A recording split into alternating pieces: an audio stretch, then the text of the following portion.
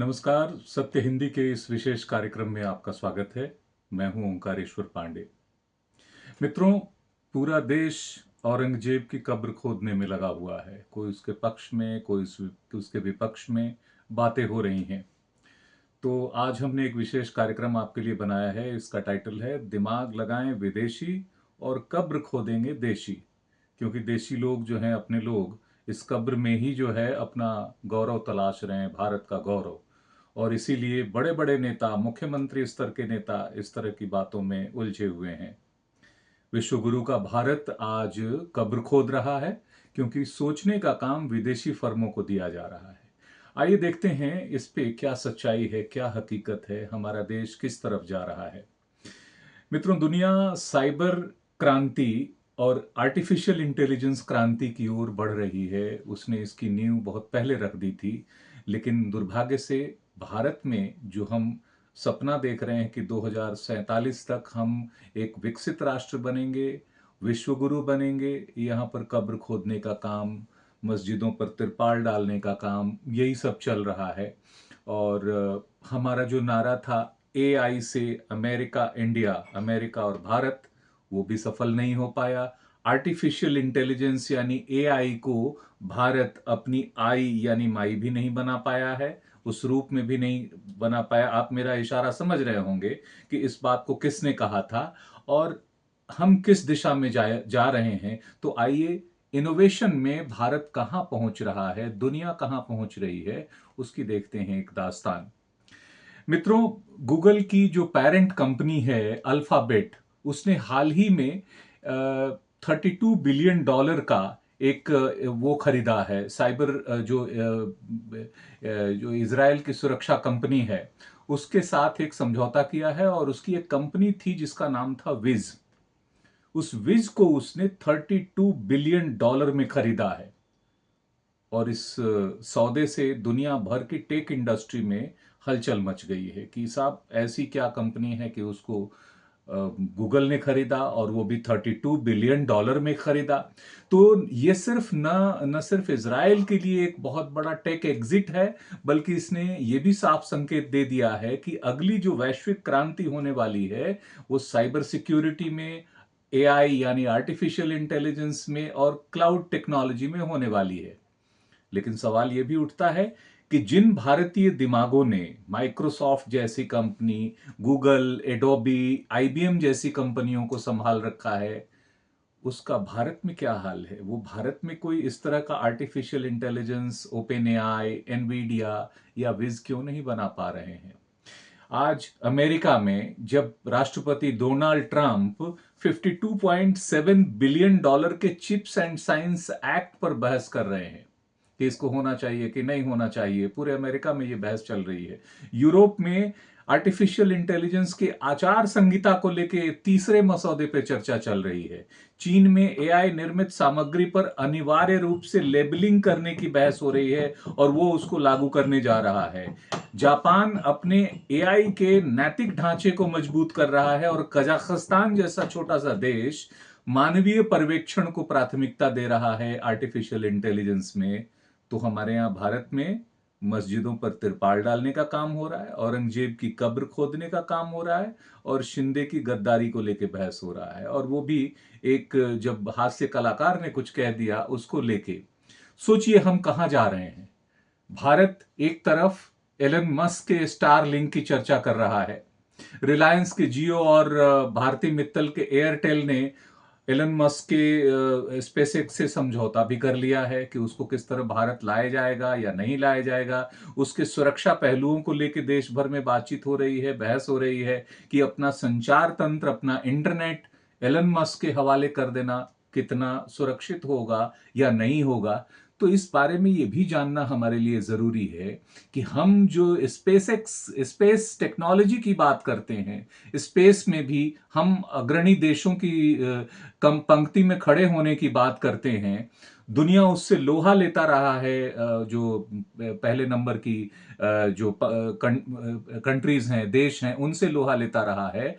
तो हम और हमारे यहाँ तो प्रधानमंत्री कहते रहे हैं कि हमारे यहाँ तो सड़कें भी स्पेस टेक्नोलॉजी से बनती हैं, लेकिन आपने देखा है कि स्पेस टेक्नोलॉजी से बनने वाली सड़कों का हाल पिछले बरसात में क्या हुआ, चिथड़े चिथड़े उड़ गए उसके, हमने ये देखा है। बहरहाल फिर भी हम ये बहस तो कर ही सकते हैं ना कि हम क्यों नहीं स्टारलिंक जैसी चीज बना रहे हैं। दुनिया के तमाम देश बना रहे हैं, चाइना उससे भी कहीं आगे जा रहा है। तो एक बार फिर ये बहस है कि अमेरिका में चिप्स और साइंस एक्ट्स पे और उस पे सेमीकंडक्टर को लेके बात हो रही है, उसकी क्रांति हो रही है। यूरोप एथिकल एआई फ्रेमवर्क को लेके आगे बढ़ रहा है। चीन एआई कंटेंट की लेबल नीति को लागू कर रहा है। जापान कजाकिस्तान एआई पर मानवीय नियंत्रण बढ़ा रहे हैं, और हम मस्जिदों पर तिरपाल डालने में और हमारे राजनेता औरंगजेब की कब्र को लेके, उसकी कब्र खोदने को लेके बहस में लगे हुए हैं। हम चैट जीपीटी का कोई लैब बनाने के लिए बहस नहीं कर रहे हैं कि यहां हमारे पास भी होना चाहिए। तो इनोवेशन में हालांकि पिछले कुछ दिनों में जो हमारा देश का इतना टैलेंट है, इतने सारे लोग हैं, तो जाहिर है वो टैलेंट उसमें भी निकल के आता है, ग्लोबल रैंकिंग में भी। तो हमने इनोवेशन में ऊंची छलांग लगाई है, लेकिन चैट जीपीटी नहीं बना पाए हैं, कोई ओपन एआई नहीं बना पाए हैं, कोई डीप सीक या कोई ग्रोक ग्रोक आजकल बड़ी चर्चा हो रही है, आपने देखा होगा, उसकी जैसी चीज हमने कुछ नहीं बनाया है। और क्यों? क्या हमारे पास धन संसाधन नहीं है या बौद्धिक क्षमता नहीं है? बौद्धिक क्षमता तो दिखाई दे रही है ना कि कितनी हमारी बौद्धिक क्षमता है, जो यहां नहीं तो विदेशों में जाके काम करती है। तो सब कुछ है, क्या योजना नहीं है, विचार नहीं है, नीति नहीं है, नियत नहीं है, या इच्छा शक्ति नहीं है, या हम धर्म के और बाकी सब पॉलिटिकल इश्यूज में उलझे हुए हैं, इस वजह से ये सब नहीं कर पा रहे हैं। तो नवाचार के या इनोवेशन के वैश्विक लीग में खड़े होने के लिए हमें कितना पैसा लगता है, जरा ये भी देख लें कि भाई बहुत पैसा लगता होगा, इसलिए शायद भारत ऐसी चीजें नहीं कर पा रहा है। इसके लिए हमने जरा एनालिसिस किया कि भैया फेसबुक खड़ा करने में, गूगल खड़ा करने में, आखिर यही सब कंपनियां जो हैं आजकल दुनिया पे राज कर रही हैं, तो क्यों नहीं हमारा अपना हो? तो इस पे कितना पैसा लगता है, इस पे हमने थोड़ी सी एनालिसिस की, थोड़ा रिसर्च किया, तो पता चला कि गूगल की स्थापना 1998 में जब हुई, 1998 में, तो उसको मात्र $1 मिलियन प्राप्त हुए थे, और आज उसकी कीमत कितनी है? 1.5 ट्रिलियन, यानी $1.5 ट्रिलियन से अधिक है। फेसबुक 2004 में शुरू हुआ, उसने मात्र $5 लाख उसको भी मिला था, $5 लाख उसको मिले थे। आज उसकी कीमत कितनी है? $900 बिलियन। अंदाजा लगाइए कि कितनी बड़ी कंपनी हो चुकी है वो। 2 साल बाद 2006 में ट्विटर आया, तो उसे भी मात्र लगभग $5 मिलियन मिले थे। और आज 2022 में, 4 साल पहले, 3 साल पहले, जब एलन मस्क ने उसे खरीदा, तो उसे $44 बिलियन में खरीदा था। इसी तरह लिंक्डइन आया। लिंक्डइन आप जानते होंगे, एक प्रोफेशनल प्लेटफॉर्म है, अच्छा प्लेटफॉर्म है, आपको होना चाहिए उस पे। 2003 में लिंक्डइन आया, उसे शुरुआत में मात्र $4.7 बिलियन का, $1 मिलियन का, नॉट बिलियन, $1 मिलियन का निवेश प्राप्त हुआ था। लेकिन 2016 में उसको जब माइक्रोसॉफ्ट ने खरीदा, तो उससे $26.2 बिलियन, यानी आपने $4.7 मिलियन में शुरुआत की कंपनी की, और कुछ ही सालों में बढ़ के वो $26 बिलियन की कंपनी हो गई। आज उससे भी बहुत ज्यादा उसकी कीमत है। तो सवाल मेरा ये है कि क्या भारत इतना इन्वेस्ट नहीं कर सकता था? क्या भारत इसमें भी अगली पंक्ति में खड़े नहीं हो सकता था? और कुछ लोग सोचते होंगे कि क्या जरूरत है, दुनिया में गूगल है ही है, तो हम क्यों बनाएं? बनाएं, जरूर बनाएं, क्योंकि जो अग्रणी देश हैं वो अपना अपना बनाते हैं। रूस का अपना सर्च इंजन है यांडेक्स, वो अपने सर्च इंजन पे भरोसा करता है। चीन का अपना सर्च इंजन है बाइडू, और इसके साथ साथ उसके अपने सोशल मीडिया प्लेटफॉर्म भी हैं, जिसको वी चैट और वीबो कहते हैं। जापान में याहू का प्रचलन ज्यादा है और उसका अच्छा खासा मार्केट है। यूरोपीय संघ भी निजता को, प्राइवेसी को प्राथमिकता देने वाले जो दो सॉफ्टवेयर्स हैं, जो दो वो हैं, उनको, क्वांट को और इकोसिया को बढ़ावा दे रहा है। अमेरिका के पास तो गूगल है ही, लेकिन गूगल के अलावा भी बिंग है और डक डक गो है, उस पे वो भरोसा करता है और वो चल रहा है। जर्मनी से एक सर्च इंजन शुरू हुआ है, इकोसिया, वो भी अपने आप में धीरे धीरे जर्मनी में पॉपुलर हो रहा है। वो पेड़ लगाने के लिए जो अभियान है उनको फंड भी करता है। आप सोचिए इस तरह के वो चल रहे हैं। हमारे पास क्या है? हमारे पास है फेक व्हाट्सएप यूनिवर्सिटी। सुबह सुबह आती जो यूनिवर्सिटी फेक यूनिवर्सिटी में आती है, उनको फॉरवर्ड करने से पहले लोगों से सवाल पूछना चाहिए कि भाई अगर ये सच है तो जिसने जारी किया है, जिसके फेवर में है, अगर पार्टियां या सरकार कर रही है तो उनसे कहो कि ऑफिशियली इसको जारी करें। पार्टी कर रही है तो कहे पार्टी प्रेस रिलीज बना के जारी करे, ताकि लोग उसको बता सकें कि सच कितना है और झूठ कितना है। हम बिना सोचे समझे उसको पढ़ लेते हैं, उसको मान लेते हैं, उसको फॉरवर्ड भी कर लेते हैं। लेकिन अब दुर्भाग्य से कहिए, उन लोगों के दुर्भाग्य से और सौभाग्य से कहिए जो समझदार लोग हैं उनके लिए, कि ग्रोक जैसा अब सॉफ्टवेयर आ गया है जिससे आप पूछ लेते हैं तो वो सच बता देता है कि इसमें सच्चाई कितनी है। लेकिन ये जो ग्रॉक है, ये जो इस तरह के चैट जीपीटी हैं, डीप सीक हैं, तो उनके ही क्यों हो, हमारे क्यों नहीं हो? हमारा भी तो अपना भरोसेमंद भी तो होना चाहिए।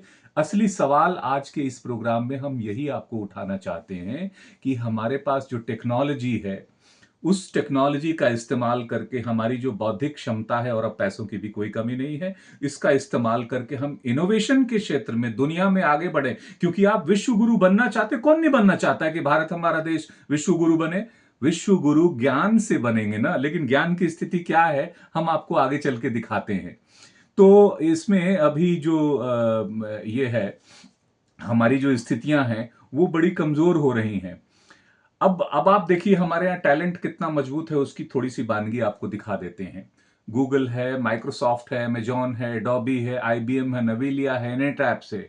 इनकी कमान संभालने वाले लोगों में ज्यादातर सीईओज के लेवल पे नाम आता है अगर किसी का, तो वो इंडियन का नाम आता है, भारतीय मूल की प्रतिभाओं का नाम आता है। कुछ नाम आपको याद भी होगा, जैसे गूगल और माइक्रो अल्फाबेट के सीईओ रहे हैं सुंदर पिचाई, उनका नाम सुना होगा। माइक्रोसॉफ्ट के सीईओ सत्या नाडेला, एडोबी के सीईओ अर्जुन नारायणन। अब तो वर्ल्ड बैंक जैसी संस्थाएं, वहां अजय बंगा गए हैं। एडोबी के शांतनु नारायण हैं।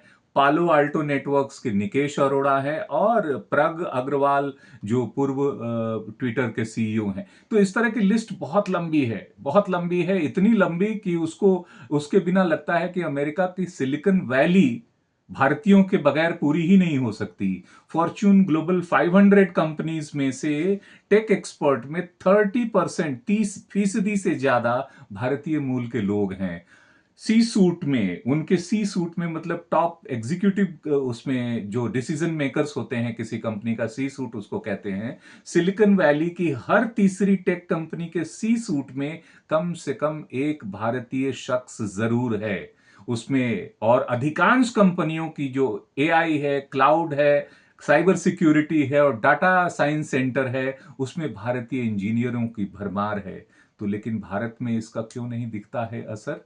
क्योंकि भारत में इसकी बजाय, टेक्नोलॉजी की चर्चा करने की बजाय, हमारे आईआईटी का कोई डायरेक्टर जो है वो गौमूत्र के औषधीय गुणों के बारे में बताते हुए गौरवान्वित महसूस करता है। करिए, लेकिन आपका ये काम थोड़ी है। इसके लिए आईआईटी थोड़ी बनाया, इसके लिए हमारे पास और भी बहुत सारे संस्थान हैं, वो शोध कर सकते हैं। या कुछ टेक्नोलॉजी में आपको करना है आगे, तो उसमें आप दिखाइए कि क्या कर सकते हैं। हमारे माननीय प्रधानमंत्री बार बार कहते हैं 140 करोड़ का देश। मित्रों, 140 नहीं, अब तो 145 हो गया। चीन से भी हम जनसंख्या के बारे में दुनिया की नंबर 1 कंट्री बन चुके हैं। दुनिया का पहला देश है भारत, जिसकी सबसे ज्यादा जनसंख्या है, और उसमें भी इतनी बड़ी जनसंख्या उसको टेक्नोलॉजी पे है, मोबाइल पे है, इंटरनेट पे है। उसका इस्तेमाल करके हम अपना सर्च इंजन क्यों नहीं बना सकते? हमने एक भारत सर्च बनाया है जो बहुत छोटा है, अभी तक वो मेन स्ट्रीम में नहीं आ पाया। और क्विकर, जस्ट डायल जैसे छोटे से स्थानीय प्रयास हैं, वो ज्यादातर लोकल सर्च और सर्विसेज देते हैं। तो हम नवाचार के इस युग में हम कहीं ना कहीं आगे बढ़ते हुए भी वो वहां तक नहीं पहुंच पा रहे हैं। आप कहेंगे कि हाँ बढ़े तो हैं, इतना बढ़े हैं आगे। अरे भाई साहब, इतना बढ़ने के लिए तो फिर आप कहते हैं ना कि भाई देखिए हमारी रफ्तार क्या है। हमारी रफ्तार तो वो होना चाहिए कि जब हम कहते हैं कि हम टॉप 5 कंट्रीज में हैं इकोनॉमी वाइज, तो हमें टॉप 5 कंट्रीज में टेक्नोलॉजी वाइज भी होना चाहिए, ज्ञान वाइज भी होना चाहिए। तो हमारी स्थिति टॉप 20 में भी नहीं है। वास्तविक स्तर पे हम 40वें 46वें स्थान पर 2021 में थे, अब 40वें स्थान पर हैं। 5वें स्थान पर दक्षिण कोरिया है, 12वें स्थान पे चाइना है, 13वें स्थान पर जापान है और इसी तरह दुनिया के तमाम मुल्क हैं। तो हमें जब आगे बढ़ना है तो हमें R&D पर रफ्तार बढ़ानी पड़ेगी और R&D के मामले में रिसर्च एंड डेवलपमेंट, शोध और अनुसंधान, उसके मामले में हम बहुत पिछड़ रहे हैं। हमारा नारा है मेक इन इंडिया का, लेकिन इनोवेट इन इंडिया के लिए बजट ही नहीं है साहब। एक तो कम बजट, कितना बजट मैं आपको बता देता हूं। अमेरिका का बजट 884 बिलियन है, चीन का 667 बिलियन है, जापान का 173 बिलियन है, जर्मनी का 143 बिलियन है, यूरोपीय संघ का 412 बिलियन है और भारत का कितना है? ध्यान से सुनिए, भारत का कितना है? मात्र 17 बिलियन डॉलर, शायद वो बढ़ के 19 बिलियन, 19.5 बिलियन, 19। और वो कहां है? 884 पे है अमेरिका। चाइना कहां है बगल में, जिससे हम अपने तुलना करते हैं और कहीं ना कहीं उससे कंपटीशन में करने की कोशिश करते हैं। 667 बिलियन डॉलर खर्च कर रहा है R&D पे, क्यों नहीं आगे बढ़ेगा? जापान 173 बिलियन और हम कहां?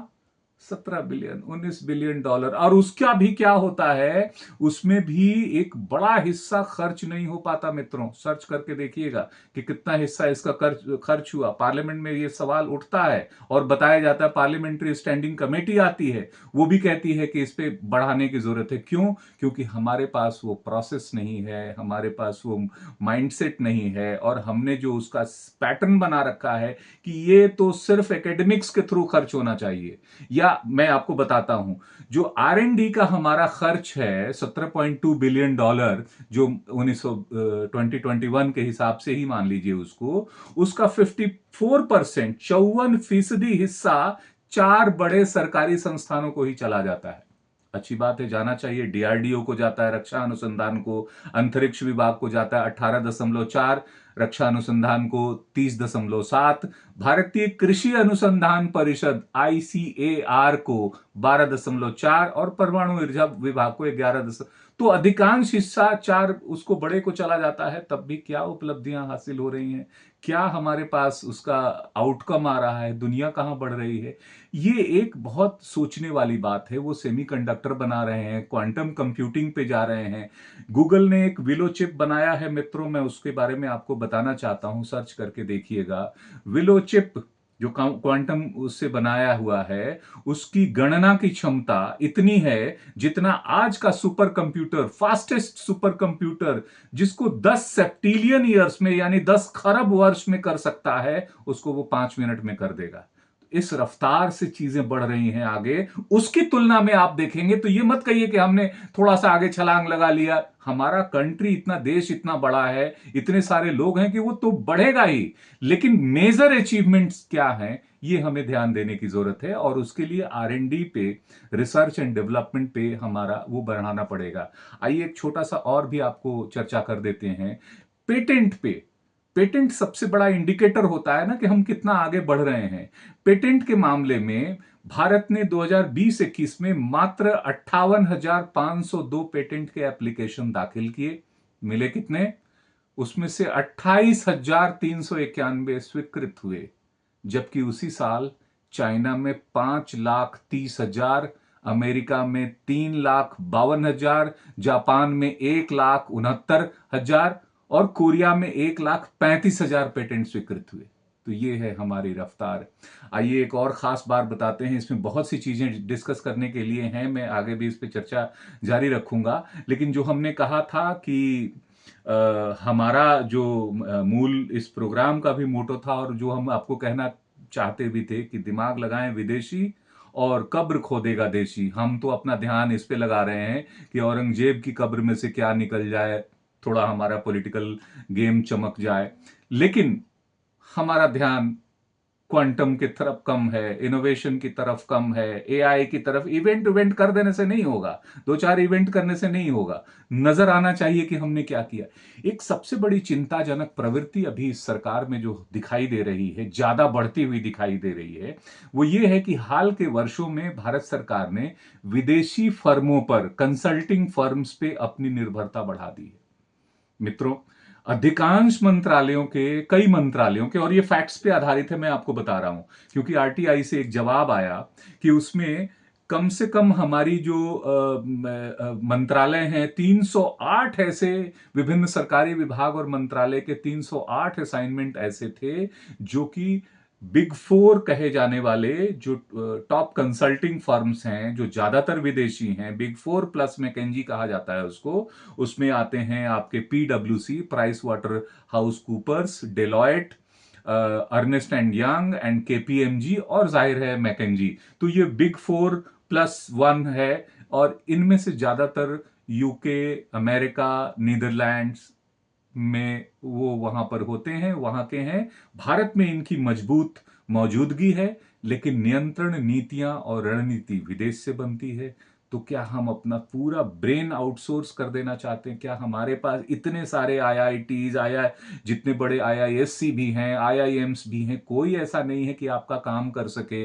नीति आयोग जैसी संस्थाएं हैं, बड़ी बड़ी संस्थाएं हैं, सोचने समझने का सारा काम आउटसोर्स कर देंगे आप? तो कैसे चलेगा? और वो जो सोचेंगे, जो नीतियां बनाएंगे, वो अपने हिसाब से बनाएंगे ना, वो कॉरपोरेट को देख के ही हम बनाएंगे ना। तो क्या भारत उनके बनाए हुए नीतियों पे 2047 तक एक विकसित राष्ट्र बन पाएगा और हमारी महत्वाकांक्षा हासिल होगी? क्या ये ठीक होगा? मात्र 22 साल बचे हैं 2047 तक के लिए, और अगर हमारा रवैया, अगर हमारा तौर तरीका सोचने का, समझने का, काम करने का इसी तरह का रहा, तो कहीं ऐसा ना हो कि ये भी एक जुमला साबित हो जाए। आज के लिए बस इतना ही। इस पे आपके जो भी विचार हों जरूर हमें बताएं, हम सुधार करेंगे इस कार्यक्रम में, आपको ज्यादा से ज्यादा सूचनाएं देने का प्रयास करेंगे। नमस्कार, धन्यवाद।